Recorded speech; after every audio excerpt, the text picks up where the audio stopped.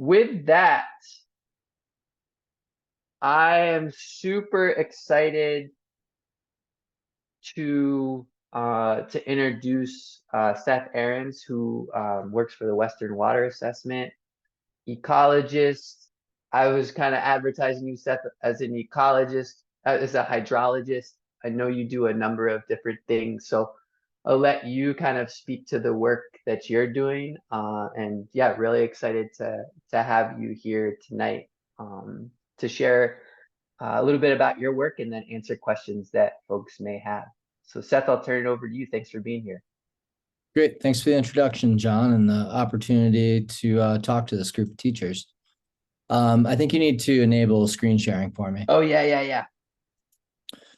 So as John mentioned, I work for Western Water Assessment, which is a research program housed in the same location that he is at Ceres at the University of Colorado. But my group works on applied climate science.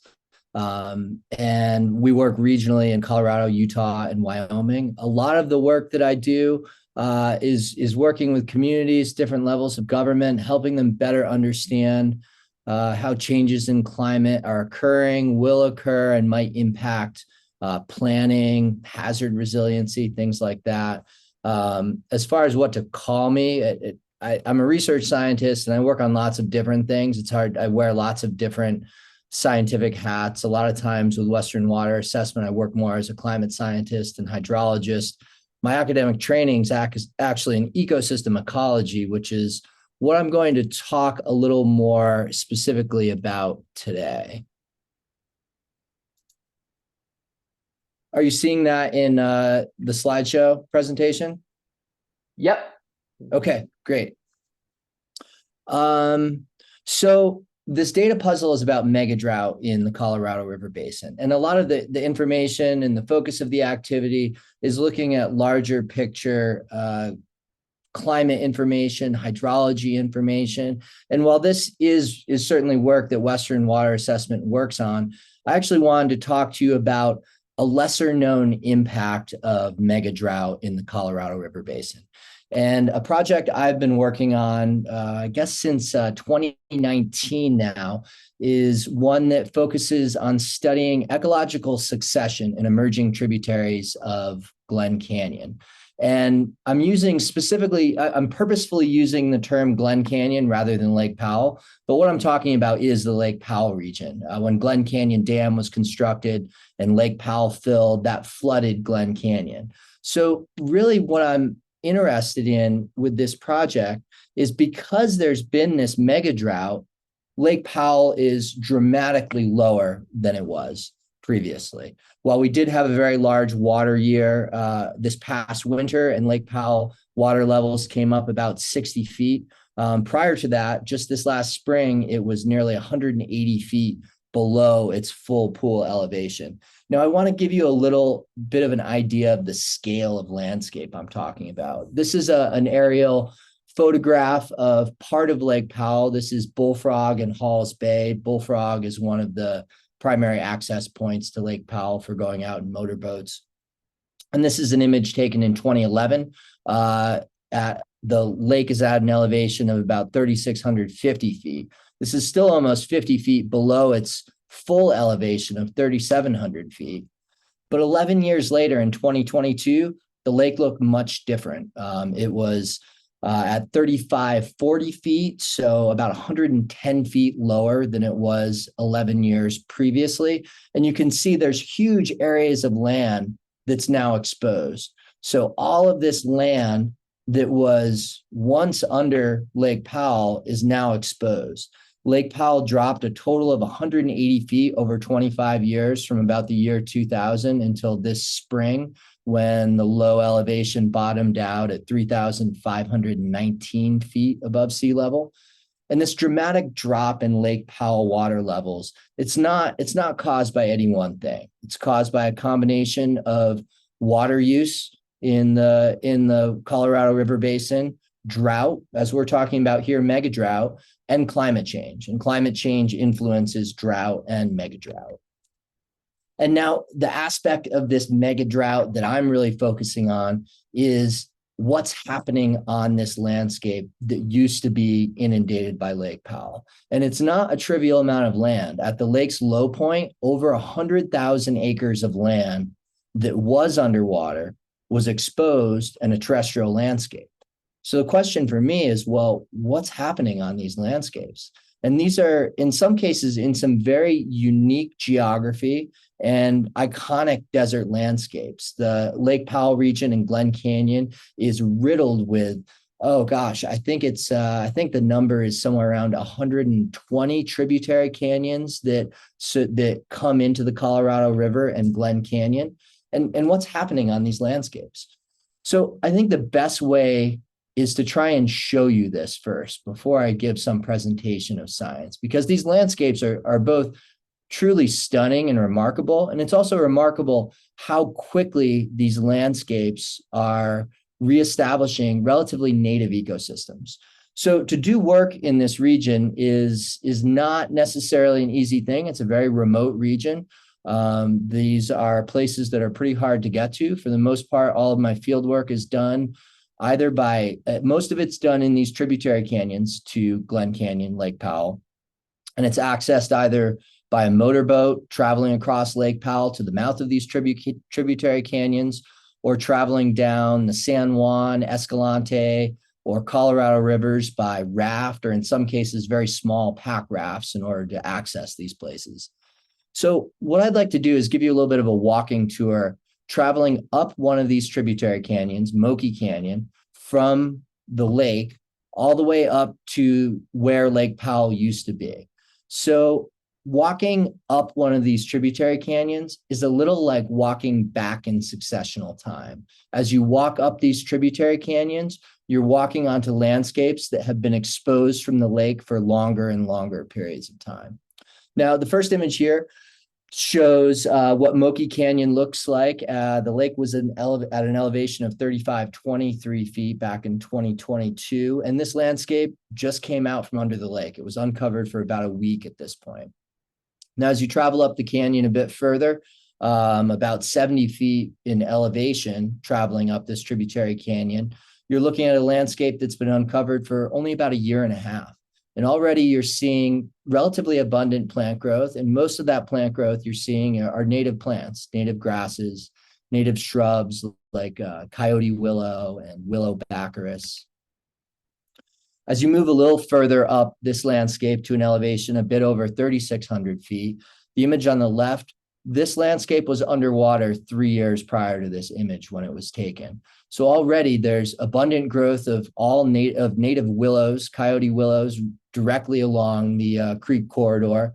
And the taller trees that you're seeing are cottonwoods. Some of these cottonwoods established at a slightly higher elevation, so they may have been out of water for longer than 3 years, but those cottonwoods are only about 5 years old. As you move further up the canyon, the image on the right is a landscape that has been uncovered between 5 and 11 years. It was probably briefly inundated in 2017, but most of that reestablishment, most of that plant growth has occurred since 2011. So that was the time of the first image that I showed of relatively high Lake Powell levels. And again, there's abundant coyote willows, and you can see some cottonwoods in the background.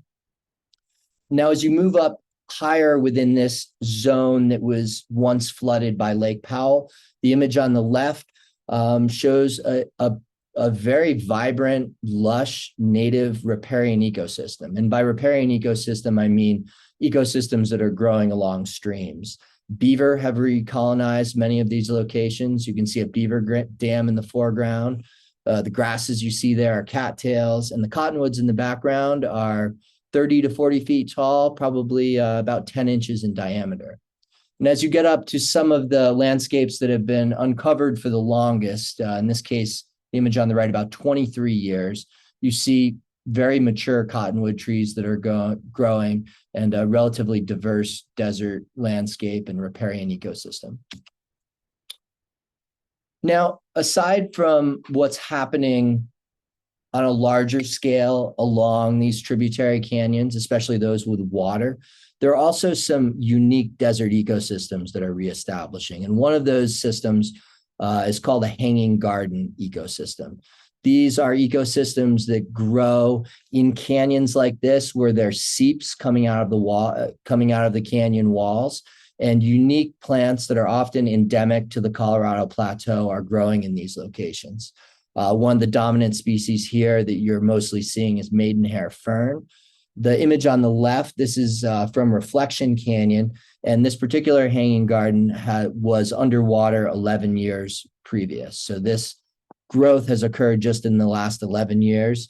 And then the image on the right in Tikaboo Canyon, that particular hanging garden has been out for about 22 years. And I want to emphasize that the time that a landscape was exposed, when the landscape comes out from under Lake Powell, there's zero plant growth. All of the plants that previously lived there have long since died.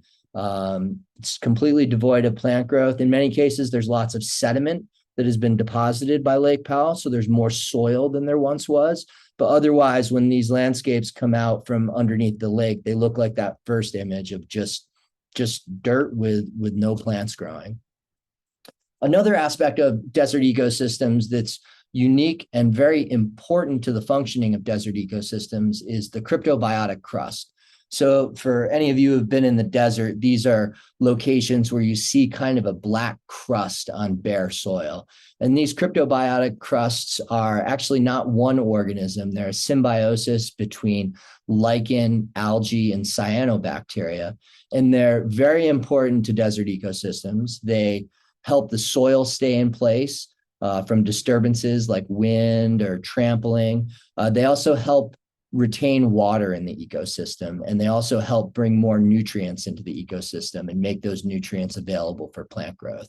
And these two images here are areas where on the left in Willow Canyon, that's a cryptobiotic crust that has had 11 years to reestablish. And on the right, that's very healthy looking crust that has in a place that's been exposed for 22 years. So I've done some work in this region since 2019, but in 2022, I began a 4-year project on a larger scale throughout most of the Lake Powell region, what was once Glen Canyon, to study what's happening on these landscapes, what sorts of plants and ecosystems are establishing on these landscapes, and how are these landscapes changing over time? Because these systems are very, very dynamic. They change quickly because processes of succession. So as plants grow and facilitate the growth for other plants, and then those plants grow larger, the biology of the systems change, but also the geology of them changes. There's been so much sediment that's been deposited by Lake Powell because the Colorado River is extremely rich in sediment, and those sediments are deposited in the lake. And these sediments, while they provide habitat for plant, they're also relatively unstable. So events like flash flooding can erode many of these sediments away. So they're very dynamic systems. Over the last 2 field seasons in May and June of 2022 and 2023, I established study sites at 90 sites in 21 different locations. And by location, I mean a tributary canyon or areas of a drying bay, places like that. And an important part of this study is not just to see what's happening on the landscape that was once inundated by Lake Powell, but also to compare that to landscapes that weren't impacted by Lake Powell. So in a typical tributary canyon, I'll set up 3 study sites that are below 3,700 feet, which were once inundated by Lake Powell, and 2 study sites above 3,700 feet. These are kind of like control sites. So I can, in theory, the sites above 3,700 feet are at least an example of what the ecosystems below 3,700 feet should look like if there weren't that disturbance. So over that time period, I established 31 sites above 3,700 feet and 69 sites below 3,700 feet. Now at these sites, what am I doing? How am I measuring plants and ecosystems? While there's some very interesting scientific questions about ecological succession, about how desert plants grow in a disturbed environment, and on it can go. there's been up till now, there's been no research in these landscapes. So a lot of the work I'm doing is actually pretty basic science. That's much of the work, the field data I'm collecting is done by simple plant surveys. So I'm randomly selecting sites, putting a long tape measure perpendicular to the creek, and then measuring the percent cover of different plant species, identifying all the plant species in 1 by 1 meter plots, 16 times across this transect, and then using that as a measure to scale up to say something about what's happening across the entire landscape. As I mentioned, doing this field work is not necessarily easy. It gets me into some incredibly beautiful and wild places, but this is done through pack rafting and hiking and rafting down the Colorado, going across Lake Powell, and often traveling through, some pretty challenging terrain. A lot of these tributary canyons require some pretty intense bushwhacking to reach. So I wanted to give you just a little bit of some of the actual data that I've collected. And this figure here shows some preliminary data from 2022. This bar graph shows percent cover, so how much of an area is covered in percentage by certain types of plants. Rather than looking at individual plant species, this is grouping plants by different types, and these types include cactus, cryptobiotic crust, forbs. Forbs you can think of as wildflowers or herbs, grasses, shrubs, trees, and total plant cover. And this is separated into the gray bars are below 3,700 feet, again, impacted once flooded by Lake Powell. And the white bars are above 3,700 feet, never impacted by Lake Powell. And above 3,700 feet, there's significantly greater plant cover than below 3,700 feet, although there still is over 50% plant cover at sites that were once inundated by Lake Powell, compared to about 68% at sites that were never impacted by Lake Powell. Now, there's also greater cover of cactus, trees, and crust at sites above 3,700 feet, not impacted by Lake Powell. And this makes sense because these are slower growing plant species or functional groups, as in the case of the crusts. Now, below 3,700 feet, there's significantly more forbs. This also makes sense because this group of plants are typically very fast-growing plants. They colonize disturbed locations quickly. Sometimes they're annual plants that can grow very quickly in 1 year. There's also a greater amount of bare ground at sites below 3,700 feet. Now, another important question to ask in the general categories of plants that are there are thinking about native versus non-native plants. So native plants are plants that would typically grow in a natural ecosystem here. Non-native plants are ones that either shouldn't be growing there. They come from maybe Asia. Many of our non-native plants are from Eurasia, particularly the steppe regions of Asia. Some of these plants, these are also sometimes called invasive plants. Invasive plants are simply non-natives that aggressively colonize certain areas. Now, overall, there is greater cover of native compared to non-native plants, both above and below 3,700 feet. But interestingly, there is no difference between the cover of non-native plants above and below 3,700 feet. Now, if one were to go out and cruise around Lake Powell on a motorboat and just look at some of the landscape directly along the shoreline that has recently been uncovered, at first glance, it may look like there's a lot of invasive plants. But when you kind of dig down deeper and look a little more closely at this, it turns out that there's not actually more invasive plants in these areas compared to areas not impacted by Lake Powell. Some of the most abundant non-native plants include Russian thistle, cheatgrass, tamarisk, awned barnyard grass, and Ravenna grass. Those last two grasses are 4 to 6 foot tall wetland grasses that grow in wet areas along tributary canyons. Now, just to summarize this, some of the changes I've seen, a summary of the ecosystem restoration or the establishment of ecosystems and plants in these areas that were once inundated by Lake Powell. In general, there's rapid colonization of plants in bare ground areas that were once under Lake Powell. This happens within a year of that land being exposed, oftentimes within weeks of that land being exposed. There's also abundant native plant growth. And on landscapes that are older than 2 to 3 years, so meaning they've been uncovered from the lake for more than 2 to 3 years, native plants are dominant over non-native plants. Now, looking between all these different tributary canyons and locations I've studied, there's different species that are found. The groups of species, the assemblages of species within each of these tributary canyons differ.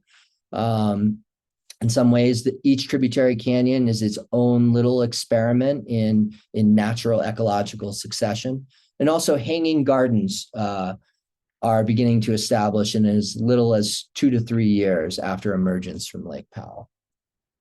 Now, the last two slides I have are just addressing a little bit of the so what. Why do we care about this? Why do we care that plants are growing back on landscapes that used to be under Lake Powell? Like, of course, something would grow there. Well, one concern would think from a land management standpoint is the non-native plants, the invasive plants. Like, how many are they growing? Are they overtaking landscapes? This is certainly a concern of some of the federal agencies that manage some of these landscapes. However, in general, many of the most important non-native plants are either not thriving as much as one might expect, or not as abundant, or they're fading out of the ecosystem after a couple of years. In general, tamarisk, which has been a major problem on all the rivers and creeks throughout the Colorado Basin, are generally not doing very well. They're typically being outcompeted by native willow and baccharis species.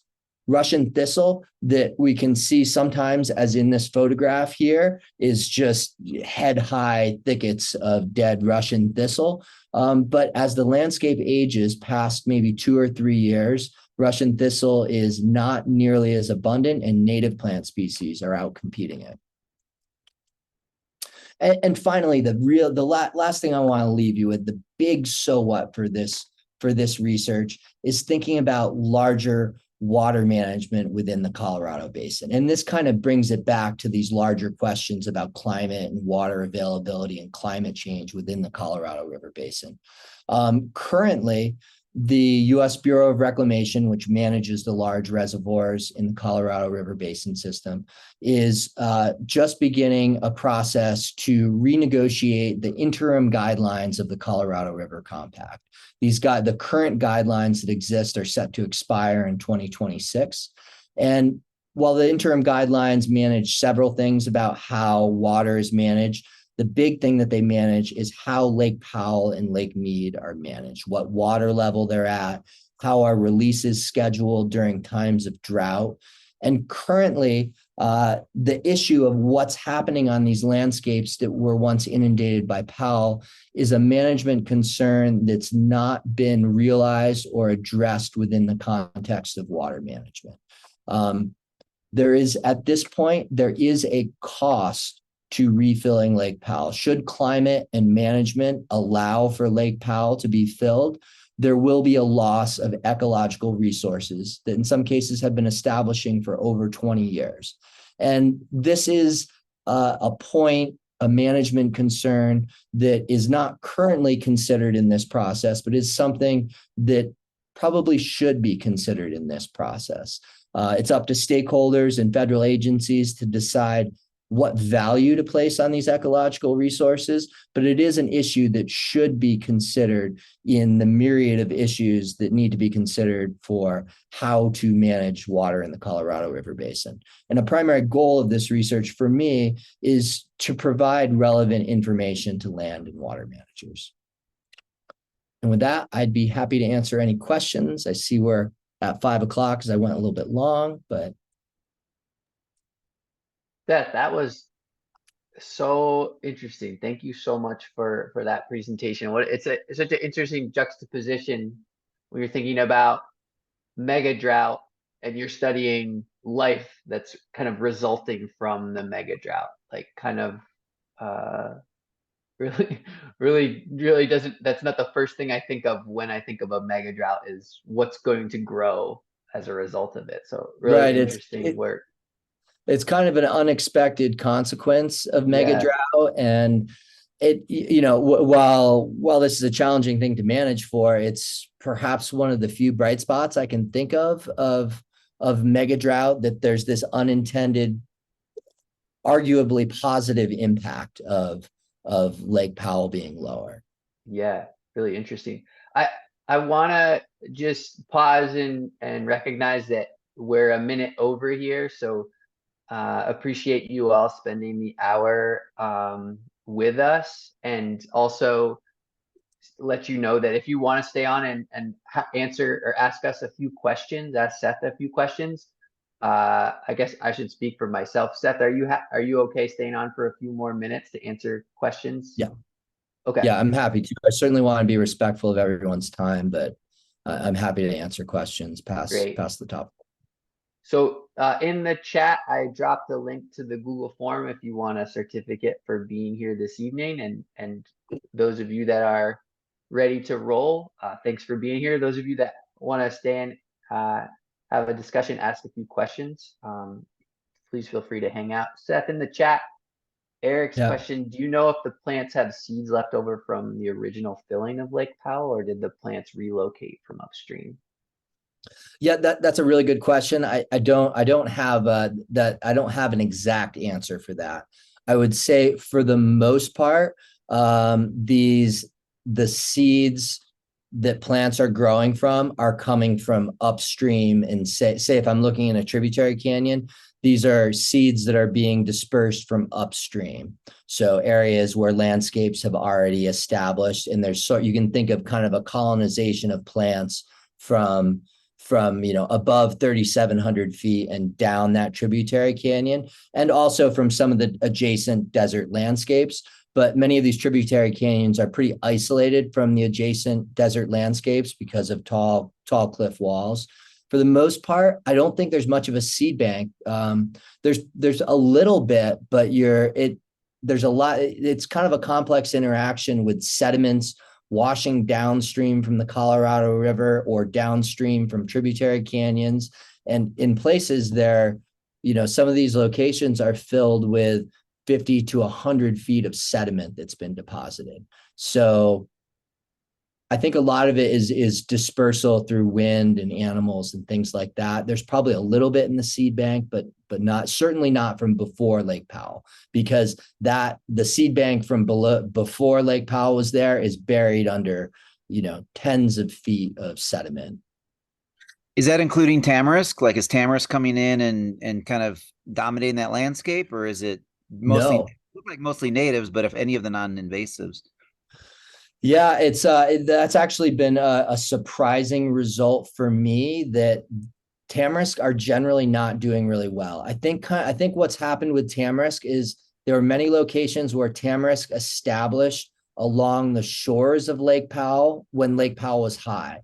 And then as Lake Powell recedes, and then erosion, flash flooding kind of lowers the bed surface of these creeks, there are still tamarisk, but many times they're perched way above these creeks and they're either dead or dying. And then immediately along the creeks, it's mostly willow and other native shrubs that are establishing. There are a handful of locations I've seen that are somewhat unique that tamarisk is thriving, but I would say in 80-90% of the cases, tamarisk is not dominant and is not very healthy. Interesting. Thank you. Welcome.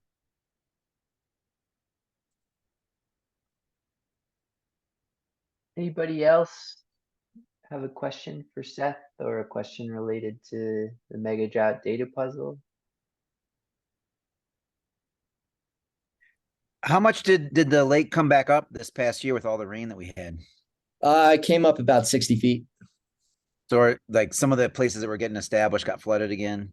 Mm-hmm. Yeah, it was pretty rapid. The second time, my second big field excursion doing field work this year was in late May, and the lake was coming up about 1.5 feet a day at that point. So it was getting into places where, in some cases they were, 15, 20 foot high willows that we're about to be inundated. You have to be careful, I guess. You don't Yeah. lose your boat or your campsite gets flooded. Yeah, and on one of those particular trips, we, came back from a long day in the field and we're hoping on staying at a particular site a second night, and we had to move it because we figured it would be underwater sometime in the wee hours of the morning. It was coming up so fast. I don't presume we'll have more years like this, but who knows? Yeah, who knows? Well, thank you so much for sharing. Really appreciate it. I'll definitely use it with my environmental science classes. That's great. My pleasure. Yep, Thanks for thanks. being here, Eric. Yep, appreciate it. All right, team. I think we're gonna call it a night. Seth, thanks so much for being here. That was You're welcome. awesome.